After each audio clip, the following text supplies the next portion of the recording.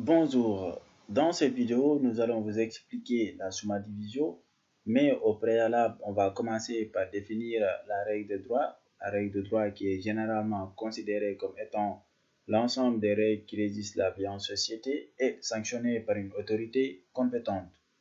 En vue de cette définition, vous vous êtes sans doute posé la question de savoir comment la règle de droit procède pour encadrer la vie en société.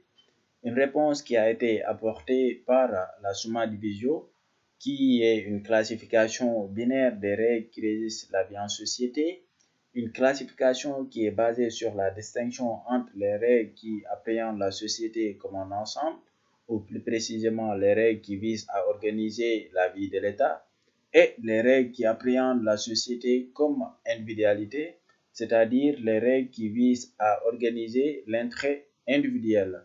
Ainsi, on a respectivement le droit public et le droit privé. Le droit public regroupe les disciplines juridiques qui règlent l'organisation et le fonctionnement de l'État et ses rapports avec les particuliers. Et pour le droit privé, il regroupe les disciplines juridiques qui règlent les rapports entre les personnes privées. Cela peut être une personne plutôt physique ou une personne morale. Il faut noter qu'à l'intérieur même de cette classification binaire, on a des branches ou bien des démembrements. Ainsi, dans le droit public, on a comme exemple le droit constitutionnel qui vise à fonder le pouvoir politique, à l'organiser au sein de l'État et à établir les droits fondamentaux. Il faut aussi signaler que la notion de pouvoir politique est entendue au sens large du fait qu'il exprime l'idée de l'ensemble des pouvoirs qui exercent une autorité à l'intérieur de l'État. On a aussi comme autre exemple le droit administratif, qui est la branche du droit public qui régit l'activité de l'administration. Et vous savez que l'administration a comme pour principale mission la satisfaction de l'intérêt général. Et enfin, on a les finances publiques, qui est l'ensemble des règles qui gouvernent les finances de l'État et ses démembrements. On peut dire donc que les finances publiques ont pour vocation de satisfaire les aspirations nationales. Pour le droit privé, on a comme exemple le droit civil qui regroupe les règles qui régissent les rapports entre les personnes. C'est cette partie du droit qui a pour vocation de régler les problèmes entre les individus. On a aussi le droit commercial, qui est la discipline qui regroupe les règles organisant l'activité de la profession de commerçant. Donc, ce droit est spécifique aux commerçants, donc il s'applique qu'à une seule partie de la société. Et enfin, on a le droit de la sécurité sociale, qui regroupe l'ensemble des règles juridiques qui concernent la sécurité sociale. C'est dans cette partie qu'on a les règles qui protègent les intérêts des travailleurs, par exemple.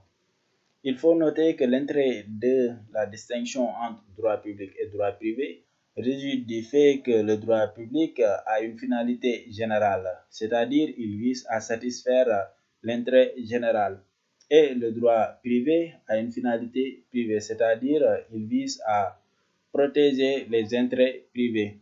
Il faut le noter aussi, il y a de ces règles qui ne sont ni classées dans le droit public ni classées dans le droit privé, c'est le droit mixte.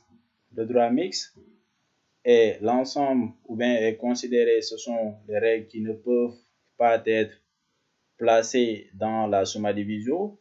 Ils sont à cheval entre le droit public et le droit privé, c'est-à-dire ils sont concurremment utilisés dans le droit public et dans le droit privé. Ainsi, on a le droit pénal ou droit criminel qui est constitué de l'ensemble des règles qui organisent la réaction de l'État vis-à-vis des infractions.